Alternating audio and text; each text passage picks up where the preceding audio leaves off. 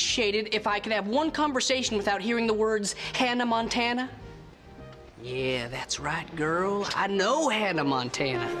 Hey everybody, welcome back to my channel. It's Johnny 2000, where we dive into the most nostalgic TV shows and media from the 2000s. So today, we're taking a trip back to 2006. Yeah, that's right. Stop tying your shoes, because we're gonna be talking about my favorite teen sitcom, Hannah Montana. Now, there's a lot of episodes in Hannah Montana seasons, so I'm gonna split this in half.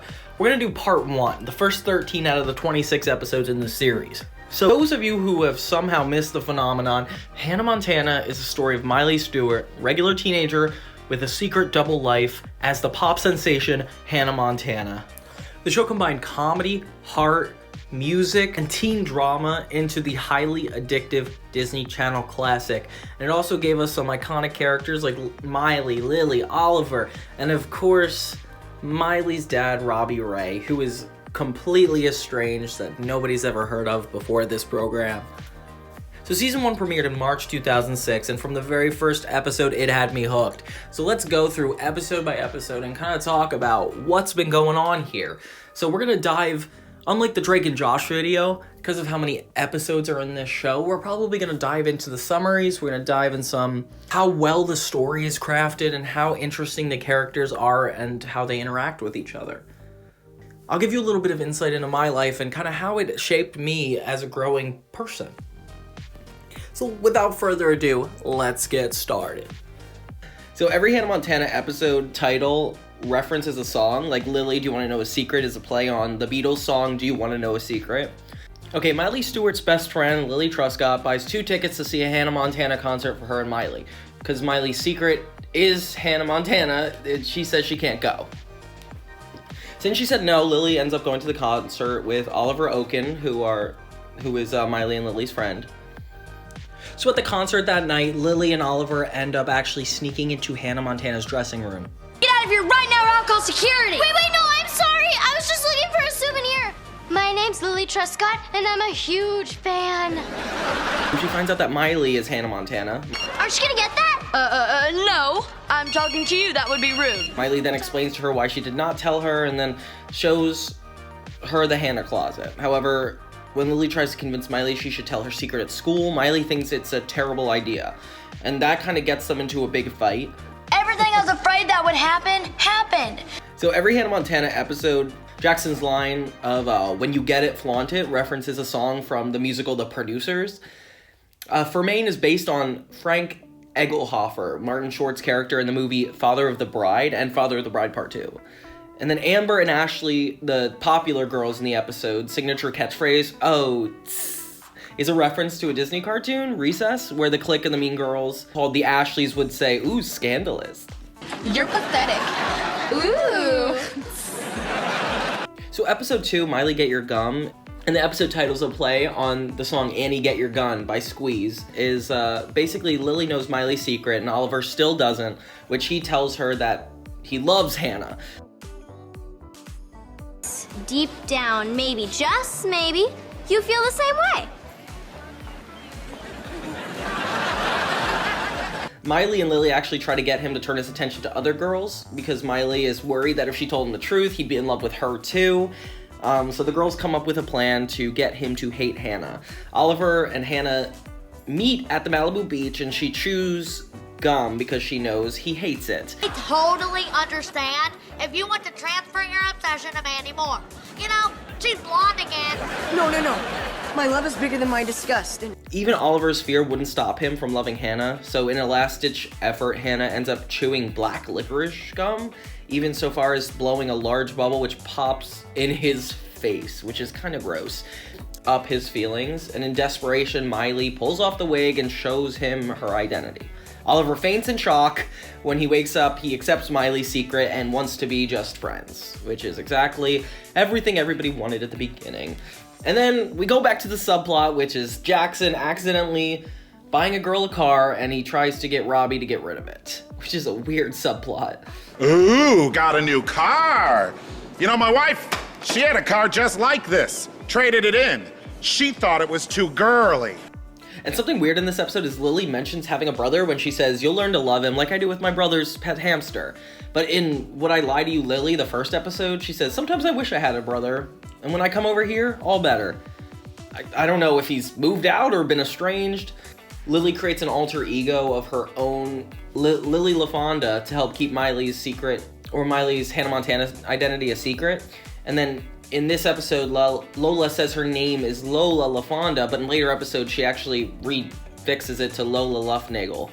Strangely, this episode was filmed with her saying Luftnagel, but it was dubbed over LaFonda, suggesting that the name change was Luftnagel. I don't know, which is, the closed captioning keeps saying Luftnagel.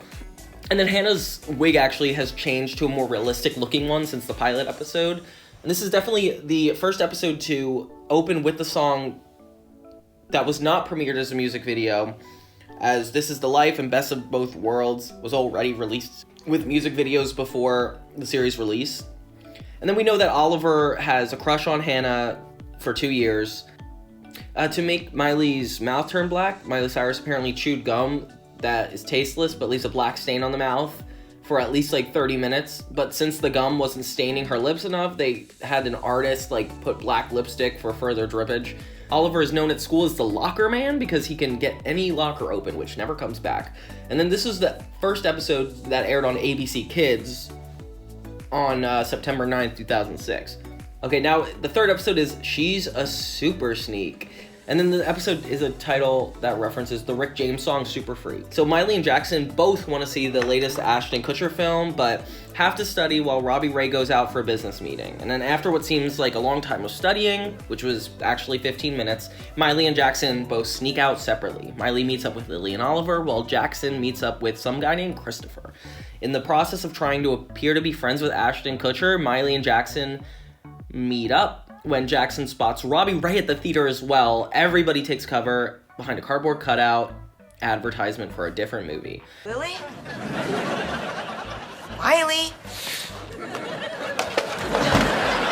As Miley and Jackson watch Robbie Ray stay out of sight, Robbie Ray calls them to check up on them, but after nearly blowing their cover, they say they're at home studying. Where we are, home. Sweet home. Home. It's revealed Robbie Ray is not at a business meeting and on a date. Miley's upset because they think the dad is going to replace their mom, who died 3 years previously, and with somebody who he hasn't told his kids about. Jackson finds out that the woman is a real estate agent named Margot Diamond, played by Miley Stewart. To learn more about Margot, Miley dresses up as Hannah and has Jackson pretend to be her chauffeur at a real estate agency where Margot works. Hannah pretends she is interested in buying a house and trying to find out more about Margot, but the manner that Miley and Jackson investigate Margot is very awkward and intrusive, with them rummaging all over Margot's desk, and Robbie Ray arrives, which is why Miley and Jackson hide in a closet. So Margot tells Robbie Ray that Hannah Montana's in the closet, and he realizes that Miley and Jackson are there. After Margot leaves the room, remarking Hannah's eccentric behavior, Jackson and Miley come on out. Dad, what a relief. You'd never believe how lost I was. Would it help if I said I was happy for you? Miley walks away angry at Robbie Ray, and later Robbie hears Miley playing the guitar, singing I Miss You about her mother. He apologizes and talk about how much they miss her, and they're hugging, which is a really wholesome episode. In this episode, Robbie reveals that Jackson doesn't have a job. Jackson takes change from the counter, and Jackson actually starts to work at Rico's the next episode. The cardboard cutout Miley and Jackson hide behind is for a fictional movie, The Adventure of Little Miss Red Shoes, which is a parody of Little Miss Sunshine. Even though all the songs that Hannah Montana sings are on Hannah Montana soundtracks, the song Miley sings in this episode, I Miss You, does not. Instead, it actually appears on the album Meet Miley Cyrus, which is on the second disc of Hannah Montana 2, Meet Miley Cyrus, which is such a good album, and all Miley songs are just as good too. According to Jackson, it's been at least 3 years since Miley's mom died, and unlike his sister, Jackson seems okay with the idea of her dad dating. Later on, Miley actually wants her father to marry somebody else, and Lily's mom has it going on. So the next episode's called I Can't Make You Love Hannah If You Don't, the 4th episode of the 1st season. So Miley Stewart has a crush on Josh, 9th grader, who's reluctant to ask him out until Lily actually persuades her to talk to him. And then Miley goes to talk to him since she looks foolish after a hasty exit. Josh calls her house and invites her on a date. Sorry, Josh. She's in the bathroom. Could be a while. And when Josh comes to the house later, he gets off to a poor start with her dad. And then when Miley intervenes, like, they learn that Josh actually hates Hannah Montana. Miley tries to get him to like Hannah because she feels that she can't date somebody who only likes half of her, although he doesn't really know she's Hannah, but she has no luck. He later tells her that she's decided to give Hannah a chance and takes Miley to a Hannah Montana concert. Miley is obviously alarmed and decides to go through with it by secretly alternating between Miley in the audience and Hannah on stage. This is one of the episodes that came on ABC Family, and I actually saw it before I had Disney Channel. I remember this episode very well.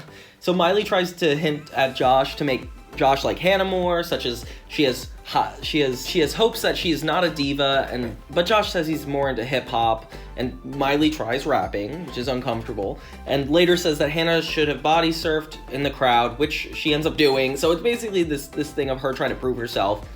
And then in the subplot, Jackson, who starts working at Rico's by the beach, meets a girl that really wants to date him, but it happens to be Cooper's younger sister, Olivia. Cooper thinks that she needs to be protected and would never agree to date Jackson. But ignoring her brother, Olivia goes to Jackson's house to start a party, and then Cooper shows up, so she hides outside. Jackson convinces Cooper to leave by pretending to have a cough, but wants Olivia to leave too because he doesn't want to betray their friendship.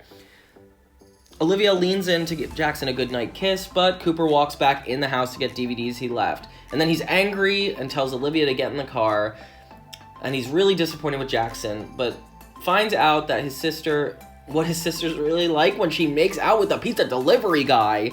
The credits of the episode features Oliver, Lilly, and Jackson lip-syncing to the Hannah Montana song Best of Both Worlds, which is kind of cool.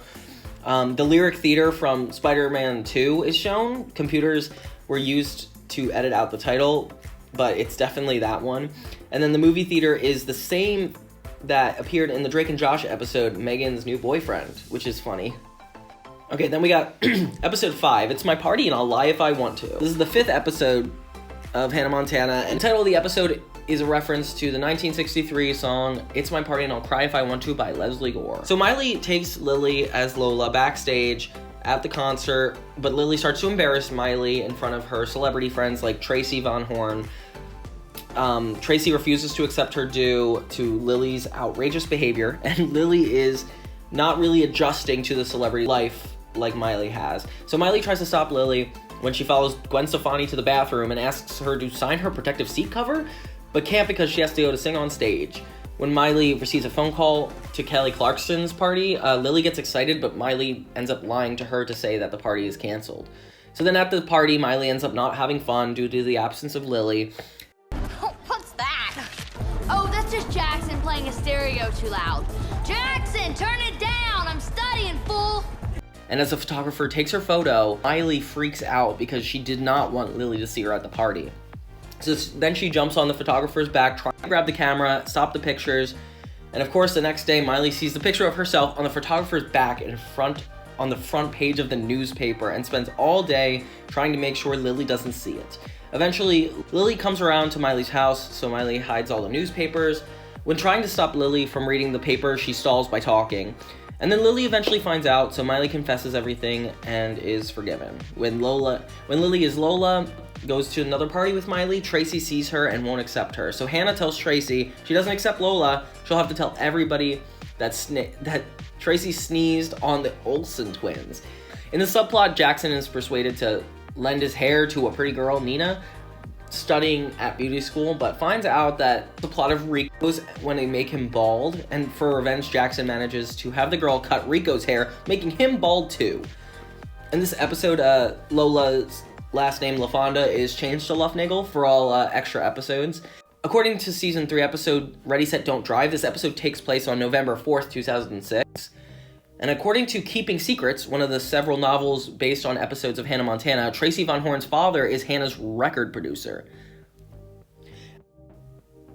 Okay, then we got Grandmas Don't Let Your Babies Grow Up to Play Favorites. The title of the episode is a reference to Mamas Don't Let Your Babies Grow Up to Be Cowboys by Willie Nelson and Waylon Jeggings. So Miley's grandma, Meemaw Ruthie, and she really favors Jackson, virtually ignoring Miley. And even when Jackson gets a special gift for his upcoming volleyball tournament. Miley gets the disgusting airplane headphones, old man hair and all. And then Miley is scheduled to perform for the Queen of England and her grandmother, but the Queen runs late, forcing the family to wait. But Jackson, who has a volleyball match, says he can't be late for it. So Meemaw goes find the Queen to get her to hurry up, which Miley gets angry at Jackson, saying like, Mama is all about you, which Jackson retorts saying it's never about him and it's always about Miley, no matter what he does. So Miley, hurt, asks Mama why she likes Jackson better, to which Mama explains that she doesn't like Jackson better, but is giving him special attention because Hannah always gets all the attention, making him feel invisible. So then she ditches the hotel to attend Jackson's volleyball game, and Hannah, feeling bad, speeds up the royal performance so she too can give Jackson the spotlight. And then at the volleyball game, Jackson's partner had the flu, so Mama plays volleyball as Jackson's partner, which is really funny. Even though Jackson, with Mama's help, wins the game, Hannah gets all the attention again by being spot underneath the rafters. And after the game, Miley comes back and apologizes about the attention focused on her instead of him, and he accepts her apology. The episode ends with Mama and the Queen playing Dance Dance Revolution during the credits. It's a Mannequins World, and the title is a reference to the James Brown song, It's a Man's World. Miley's dad, Robbie, is shopping for her birthday, but Miley ends up hating everything he buys her. So she tells Lilly and explains the birthday presents he gave her years ago, which included a flowery dress, and they reveal that Miley purposely spilled stuff on the dress so she would never have to wear it again. Lilly understands, and Miley convinces her to go to the mall with her dad to pick out something cute for her. Miley and Lilly go to the mall, and Lilly runs over to Robbie Ray, asking him casual questions about Miley's gift, and then Miley hides the clothing and watches from afar. Robbie Ray picks out numerous outfits and asks Lilly about them. Lilly turns to Miley, watches her reaction, then gives her the answer. It's a really funny montage, and everything's going fine until the rude sales clerk says, Hi. Hi. Just looking. Tells Miley to buy something or get lost, and to which she secretly leaves, but really changes into Hannah Montana in the store and pretends to be a mannequin. Kind of an iconic moment. Then at Miley's party, she receives a gift from Lilly, which is the black purse, and she says, we'll go with the jacket. She eagerly waits her dad's gift, and then finds out that it's a frumpy sweater instead of what she thought. So the sweater's a kitten face on the front that meows when it's squeezed, and he explains that he did find a jacket she might like, but she would like this better. Miley's appalled after he asks her to put the sweater on, dreading to be seen with this. So they go to a party, and Lilly and Oliver actually try to help cover up the sweater, but is eventually revealed to partygoers like Amber and Ashley, who make a huge deal out of it, try to take pictures in it. Miley tells them off, says she knows how stupid the sweater, but she doesn't realize that Robbie is standing there and hears everything. So Miley takes everything she said and says the sweater is the best thing she's ever gotten for her birthday, and even calls the cat mittens, to which Robbie says she didn't have to do that, and he should have just bought her the jacket. But Miley tells him it's okay, and they both hug, and the show kind of ends with Miley and Oliver, who has the same sweater, except with a dog on it, playing Jingle Bells with the sweaters. In the subplot, Jackson's actually in charge of the cake for Miley's party, but every cake he looks after is destroyed, so he complains to his friends. So he complains to his friend Cooper, who actually secretly loves to bake and offers to bake instead, and Jackson agrees. So they bring the cake to Miley's party, but it's ruined when Ashley and Amber are drenched with icing. Robbie and Hannah's bodyguard Roxy actually dash forward to take pictures of the girl, taking pictures of the girl to agree to get Amber and Ashley to agree that they don't keep the pictures they took of Miley with the sweater on. And after seeing the tacky dresses Miley's dad got her, Lilly says she needs a fashion magazine, and then Miley points to the magazine cover that says Trish Chic, which is the same magazine Raven was reading when she was pretending to be sick in the That's So Raven episode, Leave It to Diva. Miley's little sister, Noah Cyrus, actually plays the little girl and that tugs on the fake Hannah Montana mannequin, and Noah used to be used for a lot of little girl extras in Hannah Montana. This episode the date is released on the same date as the DreamWorks movie Over the Hedge is being released as well. In the episode, Miley says she's going to be turning 14, but in the pilot episode, the announcer says 14-year-old pop sensation Hannah Montana. So in reality, this would be her 15th birthday, not her 14th, unless to throw off suspicion of Herb and Miley being the same person, which kind of works. So it feels like a lot of season 1 is really good at developing the characters, especially their flaws. Like, Jackson seems to be a womanizer that is, like, slowly, like, that starts out to be pretty ashamed of Miley and, you know, consistently going to his job or other places to kind of build his own life. And then we learn through Mama that there's actually a little bit of a resentment there, which is so interesting, and that it kind of explains why he is the way he is. And Miley, who's somebody that is trying to kind of like balance her ego with like the things she can get away with, is exposed to a lot of moments where she needs to be humbled, like Lilly being at the party and the photographer.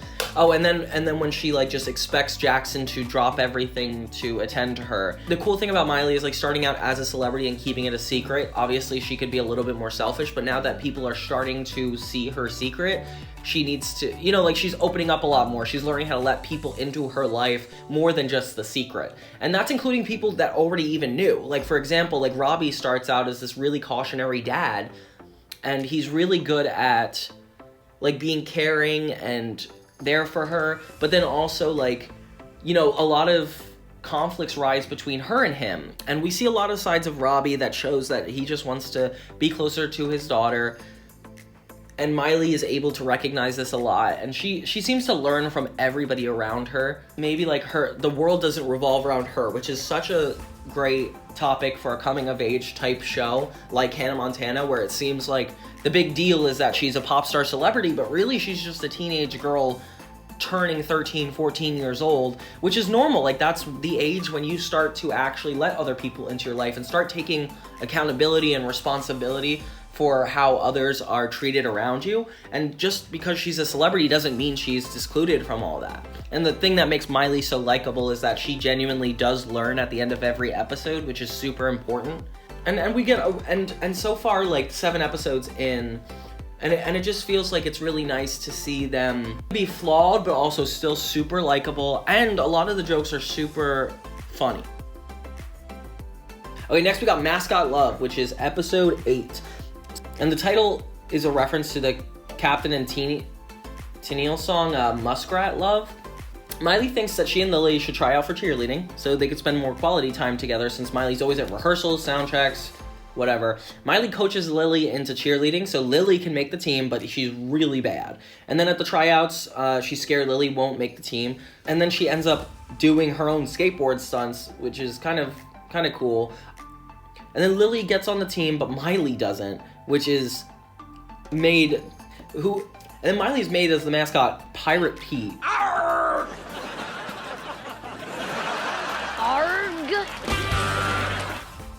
And then she becomes jealous of Lilly because she didn't want to be on the team and she did. And then Miley has to ride a pig tricycle. So then during the game, Miley gets fired as the mascot for getting in a fight with another mascot, and Lilly just leaves Miley by herself because she likes cheerleading now. So Miley learns her lesson that she'll be happy with Lilly and support her, because Lilly always does the same for Miley in her Hannah Montana concerts. So Miley does not go to the Rolling Stones concert and instead goes to the mall to spend quality time with Lilly. And in the end, Oliver ends up as the mascot and is actually pretty good at it, but smells terrible. And then the cheerleaders run away from him.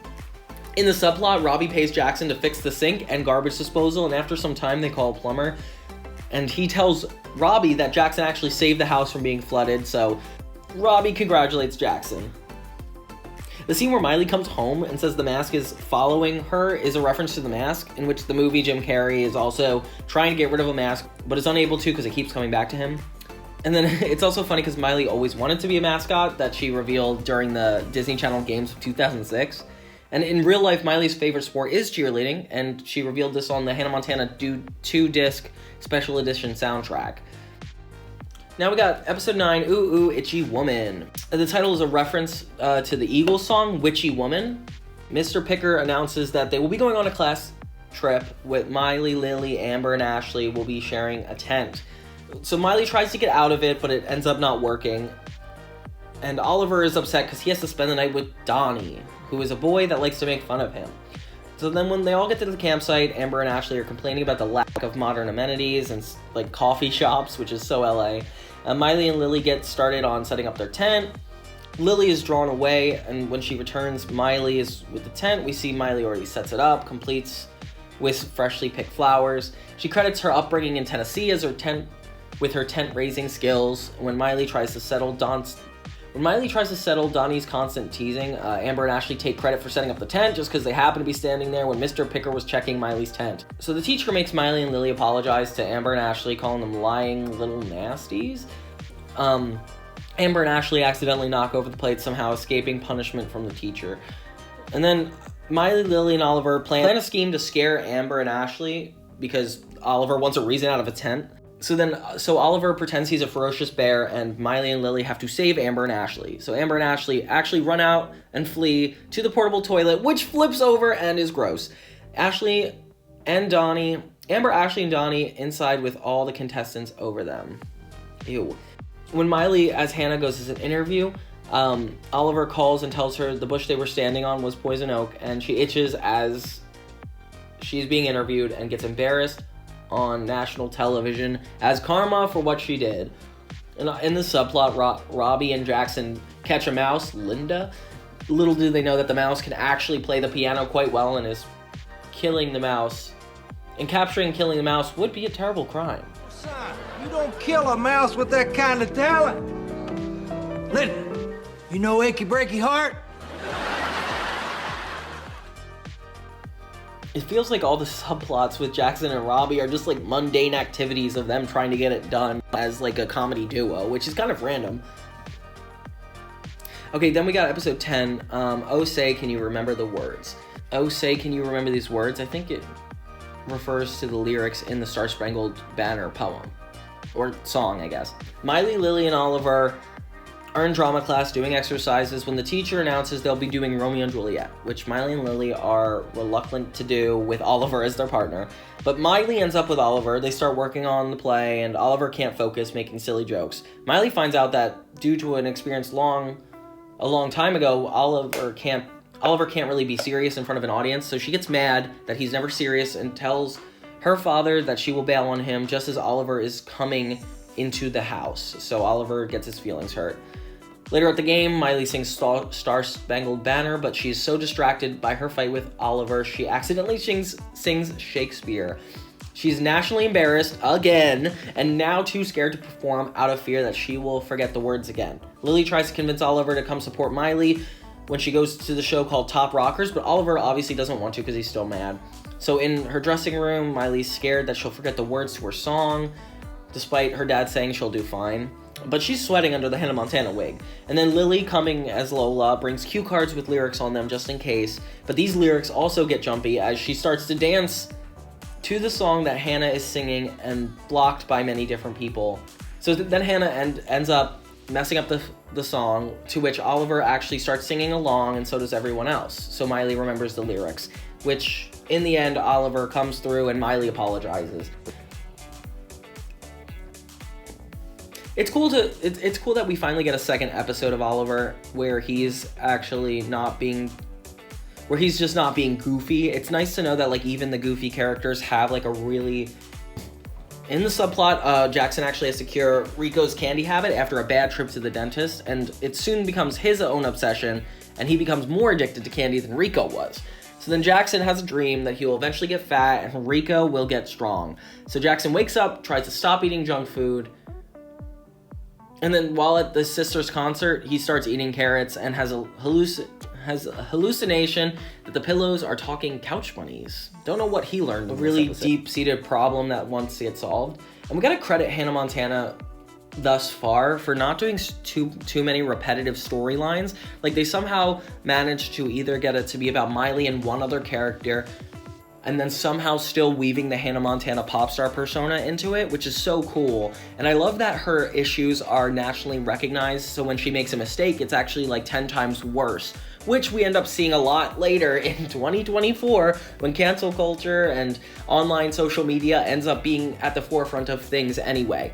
This is kind of what I see as iCarly before iCarly, where fame was something that teenagers are drawn to, and the idea that like fame isn't all it's cracked up to be is such an interesting storyline because it really affects Miley's life to an extent that if she she makes so many mistakes and really has to be humbled in order to like make up for what she found out. And it's cool because in Hannah Montana, that's fun because as a viewer, it's really nice to see somebody mess up and know that like you don't have to make that mistake too, as opposed to in the current climate where there are 14-year-olds all over internet, there are 15-year-old pop sensations, and it's normal, which we never thought would be a thing.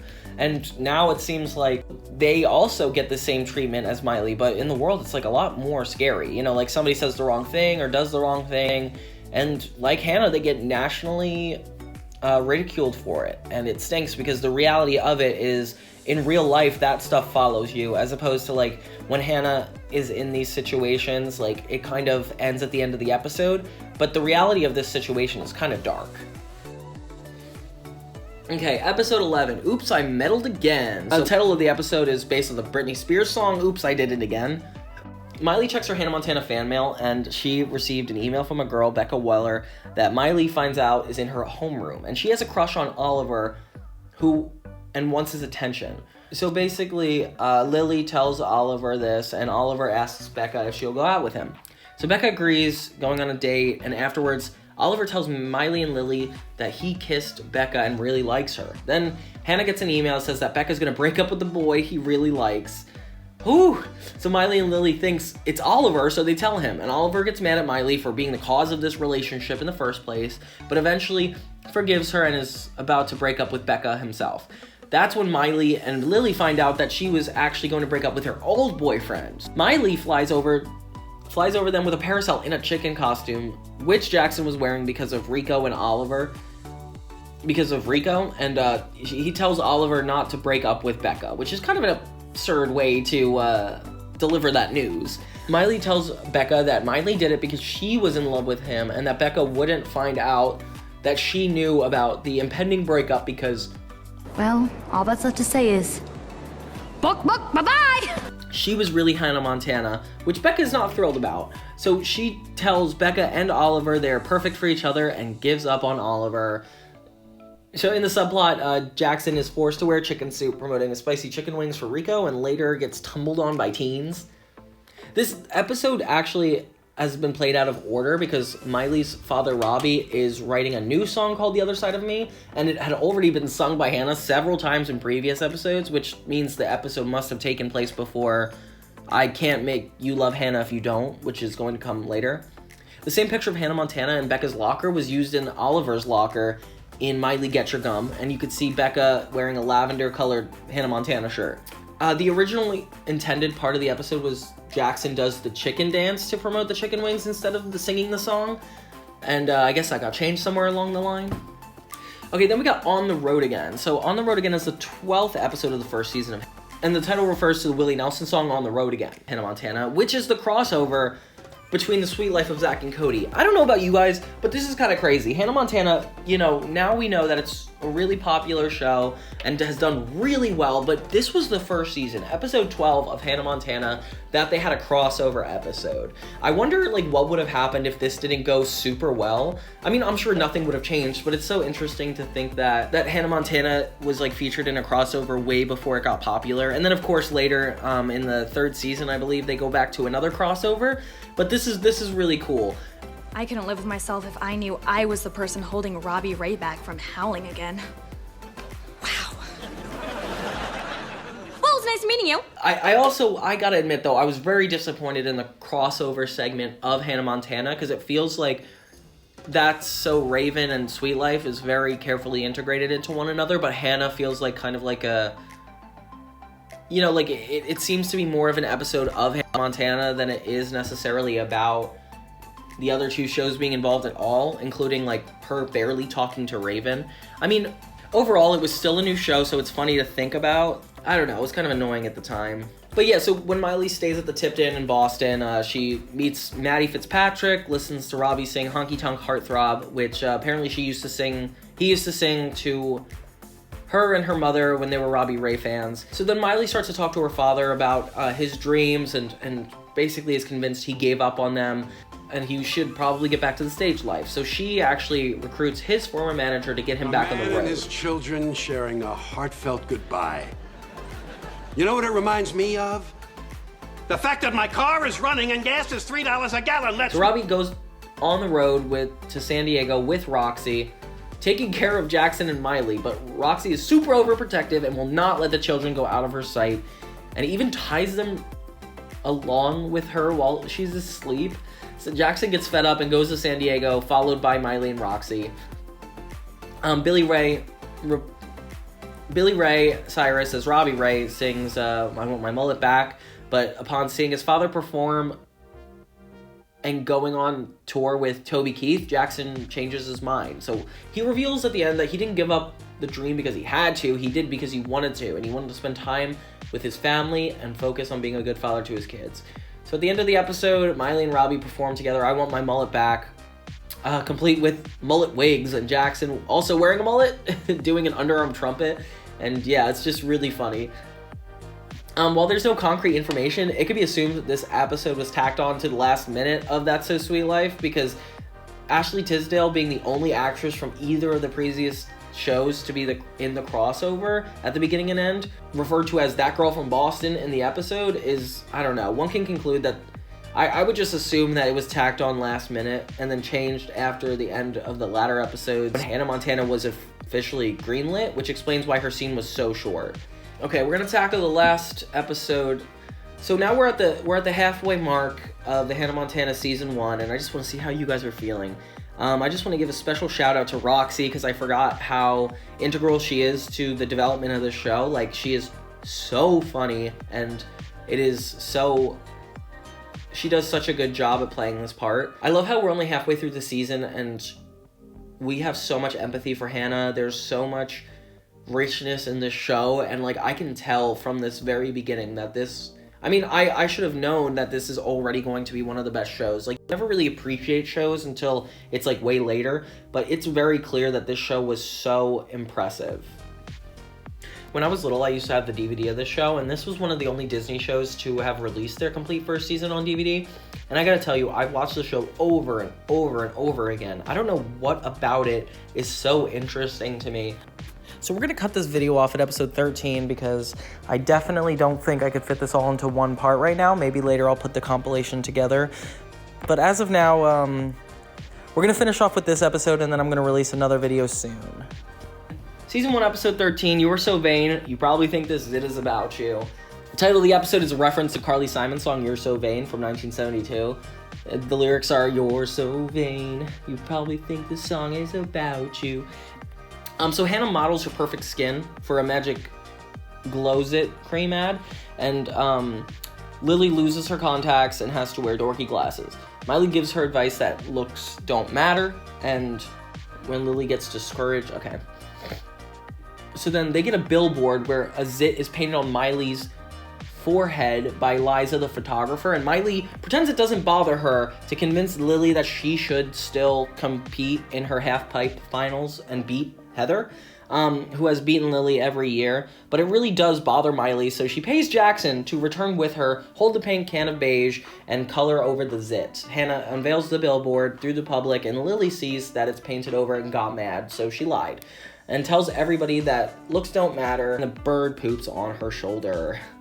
In the subplot, Jackson has to be Rico's assistant in a fake magic show, only to put a dress on and have Rico crack an egg on his head. But because Jackson isn't sure Rico's dad is going to give him a raise, so Jackson finds out that he was going to get a raise anyway and decides to get some revenge by dumping seaweed on Rico's head. But then the girl he was dating comes down to see him, and Rico pretends he's just an innocent little boy, and the girl who Jackson is dating dumps him.